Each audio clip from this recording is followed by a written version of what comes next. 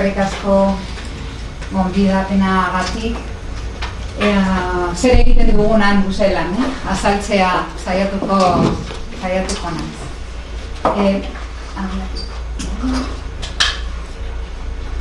Poner mi presentación.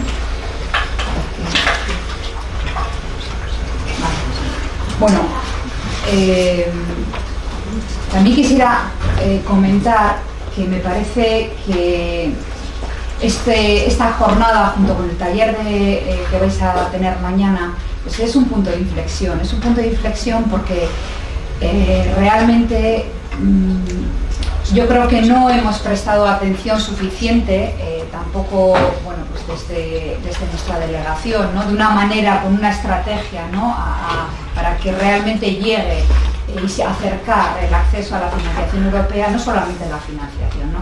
Por lo tanto, bueno, pues yo sí que considero que estamos hoy en un hito, ¿no? hacia ese camino. Y sí que también quisiera dar, en este momento de mi presentación, presentar a Maya Beloki, que está entre nosotros en el público, que mañana tendréis los talleres de trabajo con ella. Bien. Bueno, ¿qué pretendo en esta media hora contaros? Bueno, pues una presentación de la delegación de Euskadi, una presentación de lo que hacemos en la delegación, una serie de claves, ¿no? Para digerir y poder asimilar, ¿no?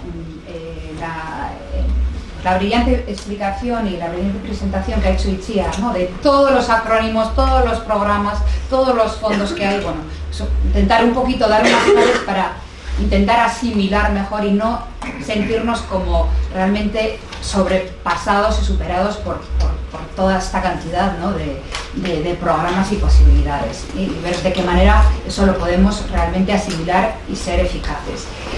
Luego no quisiera tampoco dejar de hablar del pilar social de la Unión Europea. Ese pilar existe y ese pilar en estos momentos está teniendo una importancia que nunca en otros momentos de la construcción europea o de la desconstrucción europea lo hemos visto. Y luego una serie de conclusiones. Bien, la delegación de Euskadi para la Unión Europea. Ahí veis el edificio, estamos en el centro neurálgico, ¿no? Del barrio europeo. Llevamos ya 27 años de representación de los intereses de Euskadi en Bruselas. Hemos tenido como delegación pues avatares propios, pues un poco del modelo, ¿no? Del modelo de la complejidad del Estado. Hemos tenido se recurrió, ¿no? La presencia del gobierno vasco en el momento de la adhesión de España a lo que eran las comunidades europeas. Se recurrió a la presencia del gobierno vasco en ese momento y hasta que en el 94 el Tribunal Constitucional emitió una sentencia que reconocía que las relaciones con la Unión Europea eran de tal naturaleza jurídica compleja que no debían ser integradas en el ámbito de las relaciones internacionales, que son un ámbito de exclusiva competencia del Estado central, sino que realmente eran competencias internas cuyo ámbito decisional era Bruselas o era fuera del territorio de Euskadi. Y en ese momento, bueno, por vía reconocimiento del Tribunal Constitucional, ya nos instalamos en esta delegación y tenemos una estructura de un equipo de 9 profesionales. Es una estructura que depende de la Secretaría General de Acción Exterior de la Lehendakaritza del Gobierno Vasco, y formamos parte de toda la red de delegaciones del Gobierno Vasco en el exterior. Pero, como veréis, no nos denominamos delegación del Gobierno Vasco ante la Unión Europea, sino somos delegación de Euskadi. ¿Por qué? Porque siempre ha habido una voluntad de que esta delegación representase todos los intereses de Euskadi, tanto institucionales como sociales, económicos, y que funcionásemos de esta manera, ¿no?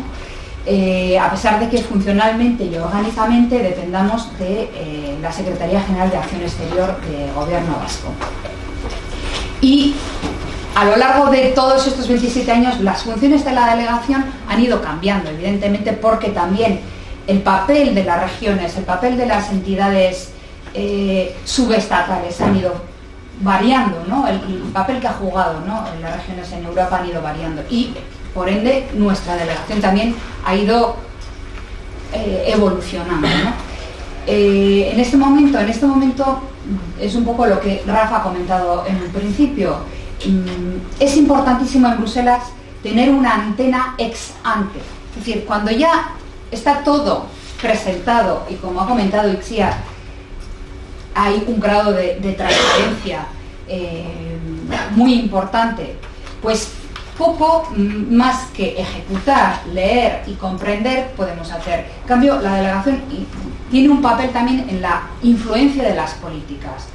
Para ello, bueno, pues necesitamos conocer muy bien cuáles son los intereses estratégicos de Euskadi, porque no podemos, con los recursos humanos que tenemos, no podemos tampoco defender todos los dosieres, pero sí tener claro cuáles son una serie de dosieres estratégicos, cuáles son las instrucciones claras y los mandatos de negociación, y ver, es decir, conocer muy bien esos dosieres estratégicos en Euskadi, conocer muy bien tanto, por supuesto, las relaciones con los departamentos a nivel institucional, pero también con bueno, los actores, con vosotros. Es importantísimo conocer lo que os interesa, los proyectos en los que estáis trabajando, bueno, las dificultades que tenéis, ¿no? Es importantísimo para poder después hacer de manera eficaz y efectiva nuestra labor de antena, porque si no conocemos lo que hacéis, no podemos desarrollar o poner las antenas de manera eficaz, ¿no? Otro punto importantísimo, imaginaros lo importante que es para Euskadi este aspecto, es crear confianza ante las instituciones, ¿no? Es decir, que en la DG Empleo, cuando se hable de Euskadi, porque claro, allí somos, os podéis imaginar, somos pequeñísimos, ¿no? O sea, no somos ya demasiado grandes, pero cuando nos trasladamos al plano europeo, estamos en constante concurrencia, competencia con cerca de 300 regiones.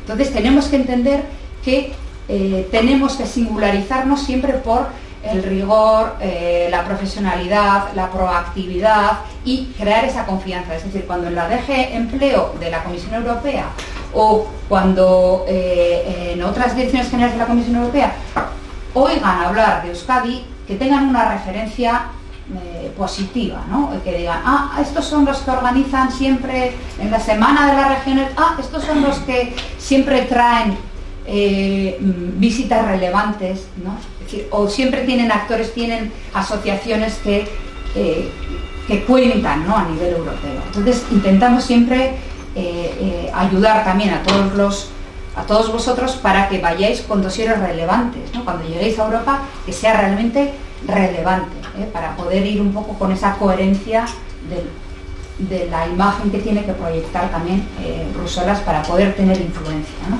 Euskadi, quiero decir. Y, por supuesto, el pilar fundamental de la delegación es prestar servicio. Y ahí no hay un manual escrito para decir, esto hacemos, esto no hacemos. No. Nosotros tenemos un abanico de servicios que no están totalmente precintados y detallados. Es decir, siempre cuando tengáis una duda tenéis que venir a nosotros y decir, oye, esto podéis, esto no podéis, y entonces os diremos, mira, hasta aquí llegamos, hasta aquí no. Prestar servicio y dar asesoramiento, dar asesoramiento. Y esa es un poco la pata del trabajo que yo hoy quiero desarrollar, y quiero comentaros cómo damos asesoramiento y cómo podríamos empezar a funcionar, a trabajar con vosotros, ¿no? Entonces, primero, un factor importante, os tenemos que conocer. Es decir, nosotros estamos casi siempre en Bruselas, por lo tanto esta jornada es un hito, porque entramos en conocimiento, nos vais a conocer, sabéis quién es Amaya, sabéis quién es Marta, y bueno, entonces conocimiento es fundamental. el punto de partida inicial es la idea de proyecto. Es decir, luego, como ha explicado Itziar, tenemos un abanico de posibilidades, ¿no?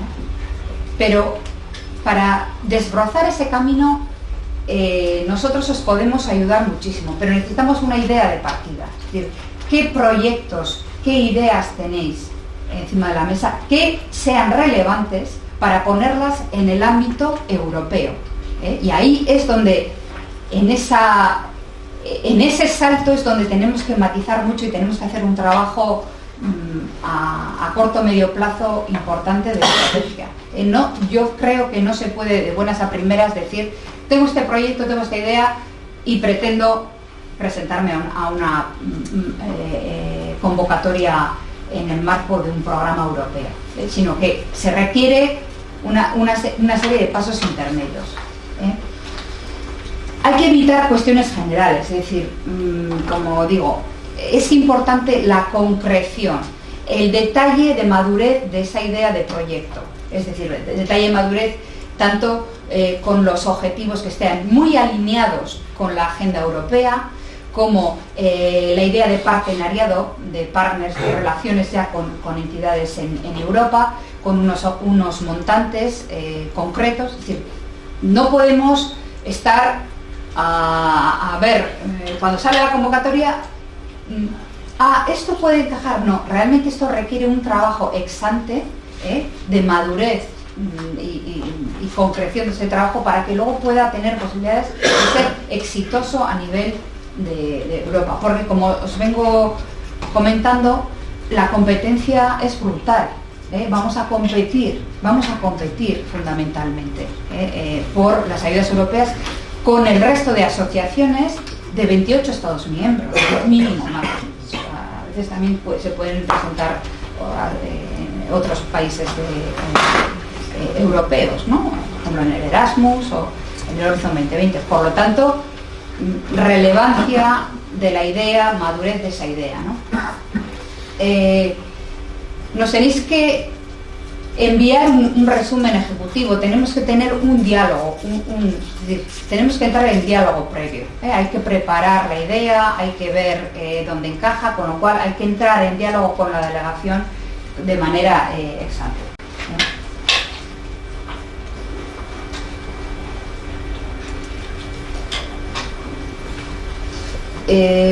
Cómo el personal de la delegación, ¿no? Cómo la delegación trabaja, ¿no?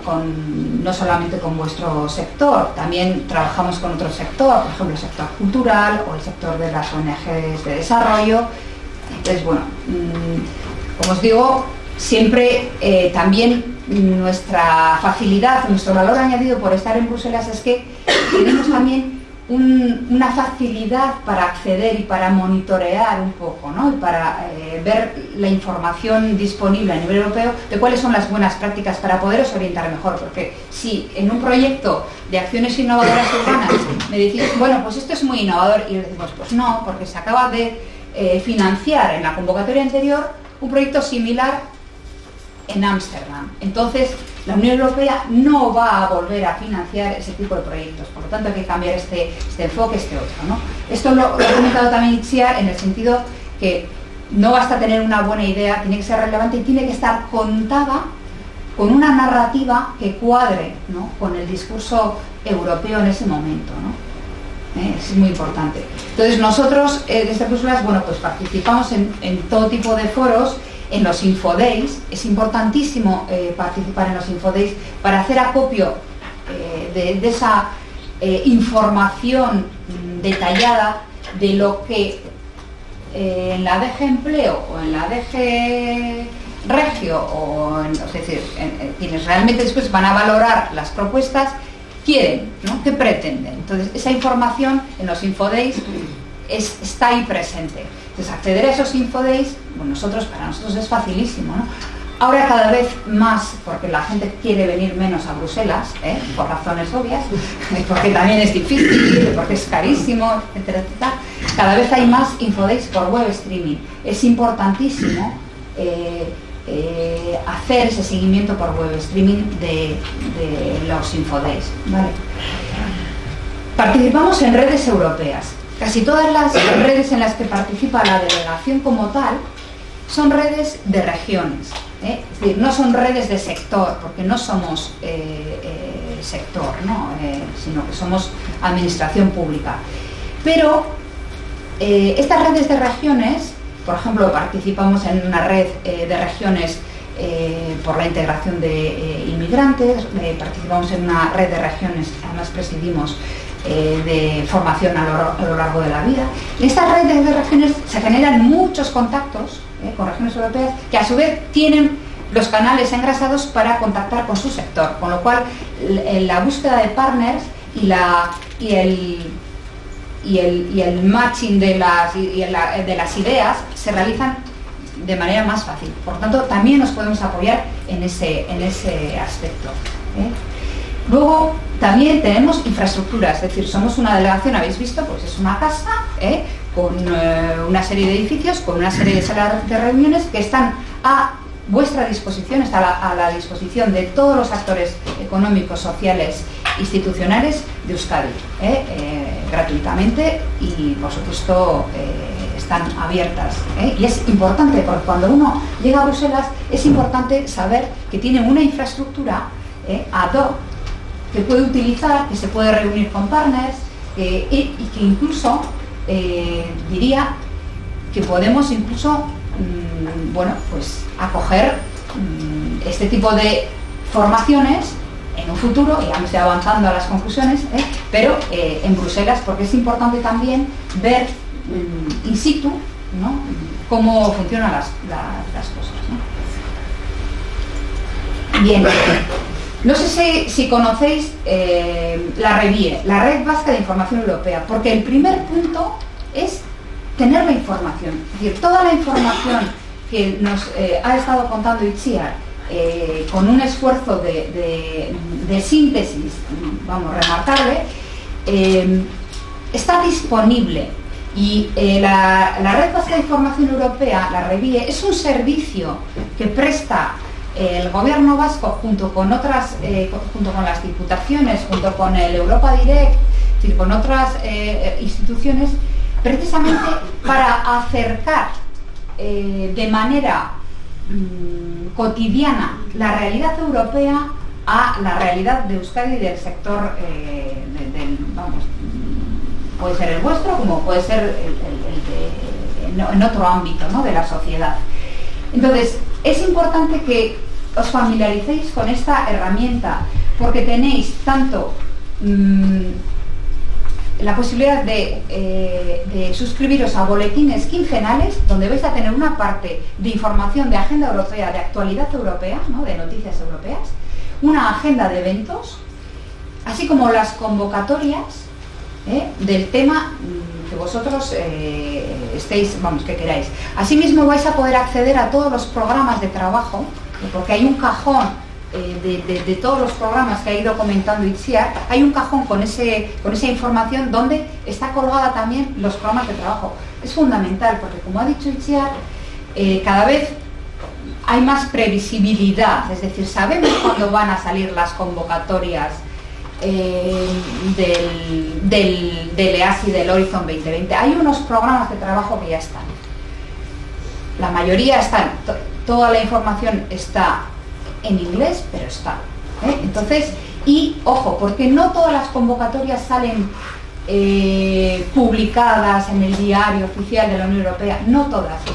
Muchas veces hay transparencia, pero hay como digo yo, granularidad. Es decir, hay que saber dónde está, explorar y ser muy proactivos, teniendo muy claro, me interesa el Erasmus Plus, el eje 1B, o me interesa el EASI, la parte del Progress, el 1. Es decir, hay que conocer bien y hay que ser proactivos porque para saber cuándo va a salir la convocatoria que me interesa, porque se nos puede escapar. Sin hablar de la parte que has mencionado de la cooperación al desarrollo, que eso es un mundo propio que nos llevaría otros 2 días de taller, que bueno, que de hecho ya lo hacemos con las ONGs, ¿no? Pero creo que la REVIE es una herramienta en este momento clave para vosotros. ¿Qué hay además? Además hay la posibilidad de que daros a conocer las búsquedas de partners, no tanto las vuestras, que ya tenéis una red para dar a conocer vuestros proyectos, sino las que nos llegan a nosotros desde la delegación. Es decir, si nos llegan partners griegos o belgas o finlandeses que quieren buscar socios en otros Estados miembros, nosotros los colgamos ahí, con lo cual os damos todos los datos de contacto para que podáis ir agilizando vuestro networking, ¿no? Vuestra labor de red.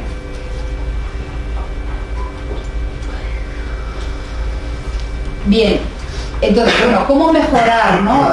La participación en los programas europeos? Bien, yo creo que la delegación os puede ayudar, como os he dicho, a daros una orientación adecuada. Cuando tengáis una idea, os hacemos ese desbroce, es decir, mira, os decimos, mira, el EASI sí parece muy bien, pero realmente solamente están financiando las redes europeas de más de 10 Estados miembros y está ya todo, vamos, va a haber una convocatoria y solo un proyecto por Estado miembro, entonces no vale la pena ni que os presentéis porque es mucho esfuerzo para tal. O sea, os vamos a ayudar a desbrozar y a decir, iros por aquí, o iros por allí, o iros a una convocatoria que saca el Ministerio, porque como has explicado tú, hay algunos programas que se van a ejecutar directamente a través de convocatorias del Ministerio. Con lo cual, esa labor o sea, ese mensaje de tranquilidad, es decir, es importante que vengáis con ideas, con proyectos, como os he dicho, muy maduros, con relevancia, que tengan masa crítica, pero nosotros podemos hacer la orientación adecuada de encaje en uno o en otro. Vuelvo a repetir, proactividad. En la delegación estamos 9 personas, 6 técnicos, yo y 2 administrativos. Entonces, se requiere proactividad. Esto no es una labor de arriba abajo, sino que esto tiene que venir de una relación como de unas unidades de trabajo, ¿no? Nos tenéis que hacer llegar cuáles son vuestros proyectos estratégicos. Si no, no es posible trabajar y tenéis que ser proactivos vosotros. Planificación. No podemos, puesto que ya sabemos más o menos cuándo van a salir las convocatorias en la mayoría de los programas, no podemos esperar al último momento. O sea, si se quiere ser exitoso, se requiere planificación, porque que sepáis que hay una media de 45 días entre que aparece la convocatoria publicada y el cierre. Una media, luego puede haber más, pero en algún caso menos no suele haber, pero puede haber más, pero una media de 45 días. El partenariado, o sea, cuando estamos hablando de presentarnos a programas europeos, quiere decir que tiene que haber implícita una dimensión europea. El propio programa de trabajo del fondo, del programa, te va a explicar qué se entiende por dimensión europea. Unas veces será que sea una práctica totalmente innovadora en el ámbito europeo, y eso ya con tu propio proyecto puedes ir y presentarte, o otras veces te requieren unos partenariados complejos que pueden ir desde mínimo 3 Estados miembros, pueden ser 4 o 5 o hasta 7. Con lo cual, planificación, porque no podemos conseguir un partenariado de la noche a la mañana de 7 estados, o sea, de asociaciones de 7 Estados miembros de manera espontánea. La elegibilidad. Hay que tener muy claro si somos elegibles, si somos potenciales beneficiarios o no. Todo eso te lo da el programa de trabajo del fondo de la convocatoria. Hay que tener capacidad financiera y capacidad técnica. ¿Por qué? Porque se requiere que las asociaciones tienen que tener unos mínimos de recursos humanos que doten de confianza de que ese proyecto se va a poder llevar a bien. Para empezar, se requieren habilidades lingüísticas, es decir, todos los programas de trabajo, todas las comunicaciones, todas las evaluaciones, todos los las redacciones de los pliegos se realizan en inglés. Es la lengua franca. Entonces, por supuesto, ese es el punto de partida. Entonces, si queremos empezar a ser activos, tenemos que ser conscientes de que necesitamos recursos humanos, gente que sean capaces de mantener ese nivel de trabajo en inglés. Esto es también pues, una cuestión pragmática, pero es así. Bueno, de los socios ya os he hablado. La idea de la cofinanciación. No hay programas que subvencionen al 100%. En la mayoría de los casos hay un máximo de un 80%, pero para que te den el 80% tu proyecto tiene que ser, bueno, buenísimo, ¿no? Entonces siempre hay que prever, como os digo, que tenéis que contar con la cofinanciación. Y lo ha comentado también Itziar, y es que estamos asistiendo cada vez más y en todos los programas a la utilización de instrumentos financieros. ¿Qué son los instrumentos financieros? Bueno, esto lo voy a contar mejor después, pero instrumentos financieros quiere decir que debido a que bueno, pues también el presupuesto europeo está sometido a mucha presión y que no hay otros recursos propios sino el 1% del Producto Interior Bruto de los Estados miembros que aportan al presupuesto europeo, pues para hacer más con menos se ha pensado en la fórmula de dar a través de fondos o de manera de préstamos, garantías, contragarantías para proyectos que devuelvan esos fondos, o sea, proyectos que tengan un modelo de negocio para que esos fondos retornen. Es decir, que es pagar un préstamo. En este caso es presupuesto europeo que se transfiere al Banco Europeo de Inversiones o al Fondo Europeo de Inversiones y a la vez a través de una especie de triángulo, de una institución financiera como puede ser la Kutxabank o el BBVA o el Santander, que hacen llegar esas garantías, esos créditos ventajosos o microcréditos al beneficiario último, ¿no? Que puede ser un emprendedor, normalmente tiene que ser un emprendedor o una asociación que tenga un proyecto con una viabilidad económica, ¿no? Entonces vemos que en todos los programas, en el de empleo y asuntos sociales y de innovación social, el EASI, en el Erasmus+, en el Creative Europe, en muchos de los programas que nos pueden ser útiles, hay cada vez más, hay una parte de ese presupuesto europeo que se va a ejecutar a través de estos instrumentos financieros, y de esto se está hablando cada vez más.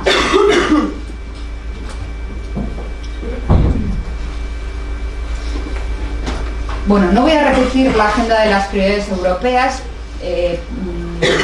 porque ya lo ha comentado muy bien Itziar. Sí que os voy a comentar el presupuesto europeo, mal llamado presupuesto europeo, porque es un techo de gasto, hasta donde lo máximo que podemos gastar, no es tanto un presupuesto al uso como el que estamos acostumbrados nosotros a ver, y que sepáis que se presupuesta de 7 años en 7 años, y estamos en este momento en ese marco financiero del 2014-2020, es decir, que los programas que tenemos ahora encima de la mesa corresponden a este periodo. También deciros, bueno, pues que si queréis saber de cuánto se dota este presupuesto, los créditos de compromiso europeos son 1.087 millones de euros para 7 años. ¿Quiénes aportan al presupuesto europeo? El presupuesto europeo fundamentalmente son los Estados miembros los que dan el 1% más o menos de su renta nacional bruta al presupuesto europeo. No hay, bueno, hay alguna cosa del IVA, pero no hay recursos propios de la Unión Europea. Esto es un debate importantísimo. No hay recursos propios, son solo dotaciones de los Estados miembros al presupuesto europeo.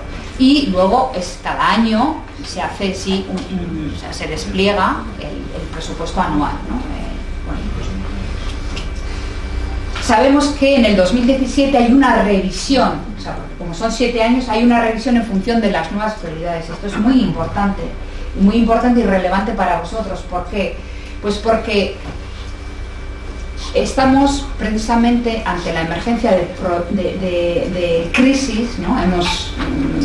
Hemos hablado desde el 2007 únicamente de la crisis económica, y el discurso de Juncker del Estado de la Unión de septiembre de este año, por primera vez emergen las prioridades relacionadas con el pilar social, con el desempleo juvenil fundamentalmente, y emergen los temas, por supuesto, de seguridad, de integración de inmigrantes, fundamentalmente están esos temas, agenda digital. Pero, por ejemplo, baja el nivel de prioridad de la innovación, que sigue siendo un dossier estratégico de la Unión Europea, pero vemos que el grado de la inmediatez, entonces esto es importantísimo. ¿Por qué? Porque estamos viendo que, por ejemplo, el tema de la integración de inmigrantes y de acogida de los refugiados está tomando en la agenda europea una importancia que está empapando todas las prioridades de todos los programas de trabajo, de todos. Cuando digo de todos, es de todos, porque es que lo estamos viendo, por ejemplo, en las acciones innovadoras urbanas de las ciudades, que la primera prioridad es la integración de inmigrantes y de refugiados, ¿no? En detrimento, bueno, o en segundo lugar, por ejemplo, de temas, como os digo, de innovación o de movilidad o de smart cities o de transición energética. Entonces, estos temas tenemos que estar en ellos, ¿no? Y la delegación tiene un papel activo para ir haciendo llegar también, pues, por dónde van, ¿no? las prioridades europeas, ¿no? Yo pretendía un poco explicaros aquí que hay tres maneras de ejecutar el presupuesto europeo, ¿no? El marco financiero plurianual. Hay tres maneras que en todo lo que ha explicado Itziar estaba contenido, pero fundamentalmente son la parte de los fondos estructurales y de inversión, ¿no? De la política de cohesión, es decir, esos paquetes, esos sobres que se están entregando a las regiones, ¿no? Tanto el FEDER, que es el Fondo Europeo de Desarrollo Regional, tanto el Fondo Social Europeo, el Fondo de Cohesión, que el Estado español ya no es beneficiario de este fondo, pero el Fondo Europeo Agrícola de Desarrollo Rural, el Fondo Europeo Marítimo de la Pesca, son paquetes que se entregan a los estados y a sus regiones por la categoría, es decir, se hacen unas, bueno, claro, evidentemente unas estadísticas, y según el nivel de tu región, o sea, del nivel de PIB, si está por encima o por debajo de la media, se hacen unas categorías de regiones y recibes más las que están más por debajo y reciben menos las que son más ricas, ¿no? Y Euskadi, pues, es región de competitividad, está entre las regiones ricas, por lo tanto la percepción de estos sobres es mucho menor que la de Extremadura o la de Andalucía, o la de las regiones en Rumanía o en Bulgaria.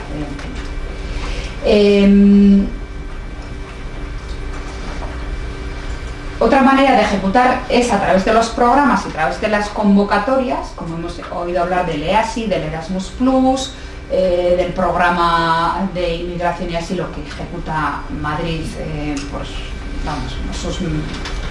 por sus convocatorias. Y otra manera de ejecutar el presupuesto europeo son los instrumentos financieros que os he explicado, que cada vez se van a utilizar más, que son para proyectos con una viabilidad económica. Por ejemplo, el EASI tiene una parte de su presupuesto que llega al 60% del presupuesto del EASI, se distribuye a través de instrumentos financieros, es decir, préstamos para microcréditos. Y en este caso, desde el 2015, es Kutxabank quien es la intermediaria de esos préstamos. Entonces, esta información también la tenéis que manejar, porque están gestionando financiación de programas europeos. Bien. ¿Cuál es el contexto europeo? Como os he dicho, en este momento pues tenemos también el problema del Brexit, ¿no? El Brexit, ¿qué está generando y cómo impacta, ¿no? en la puesta en marcha de la política social? Hasta ahora Reino Unido era recalcitrante cuando se querían tocar cuestiones de avanzar en el pilar social europeo. Este pilar social europeo tiene escasa base jurídica en los tratados, con lo cual tiene un impulso de consenso político, ¿no? Se impulsa a través de visión política y consenso político entre todos los Estados miembros. Si hay algunos que no quieren avanzar en esta línea, pues lo único que hace la Comisión es sacar recomendaciones como las que sacó en el 2013, política de inversión social. Bien, son una serie de recomendaciones, pero que los Estados miembros no tienen obligación jurídica de seguir. Sin embargo, ahora vemos que debido, bueno, pues al momento que está viviendo la Unión Europea, ¿no?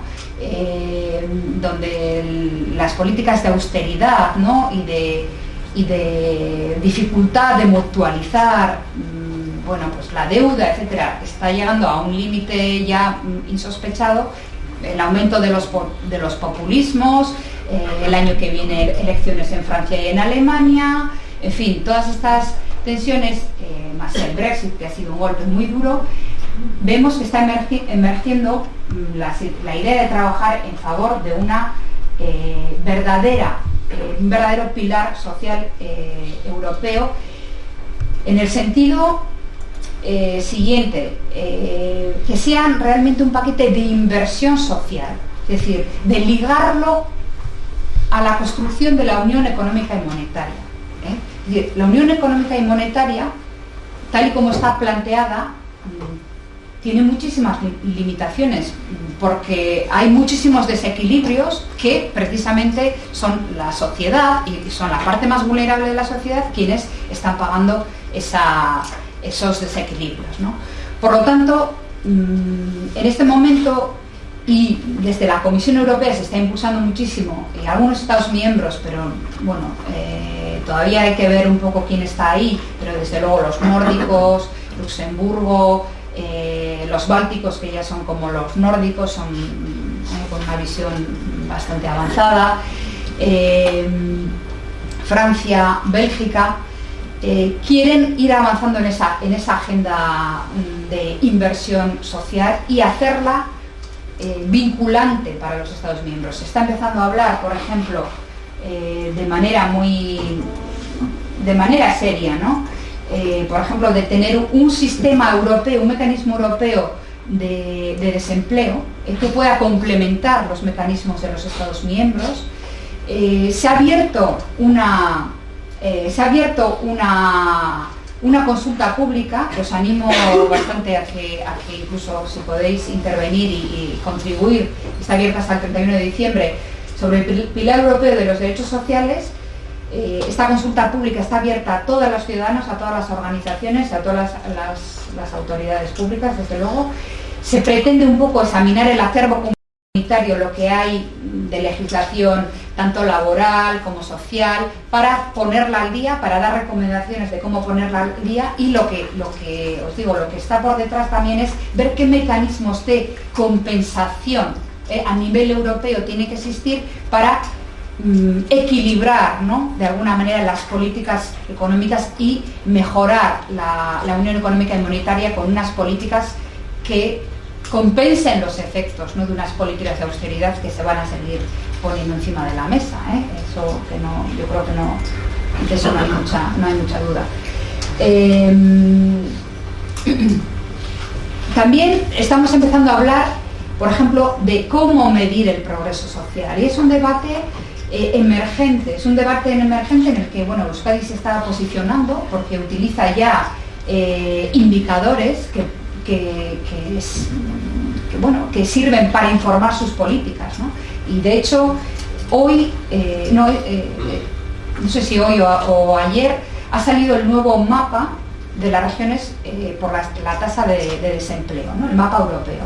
Y cuando vemos el mapa del Estado español y vemos que las únicas comunidades autónomas que tienen un paro, son datos del 2015, entre 10 y 15% son Euskadi y Navarra, pues impresiona, ¿no?, a nivel europeo, ¿no?, ver ese mapa.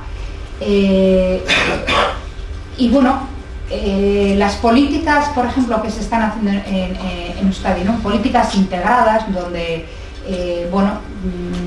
se atiende, ¿no?, de manera más integral, ¿no?, a las cuestiones de una renta de garantía de ingresos, con unas accesibilidad, ¿no?, al mercado laboral, con unos itinerarios personalizados, etc. Bueno, vemos que es por ahí, ¿no?, que es por ahí por donde se está avanzando. ¿Qué ocurre? Lo que ocurre es que en este momento el diálogo político entre la Unión Europea y las regiones es prácticamente inexistente.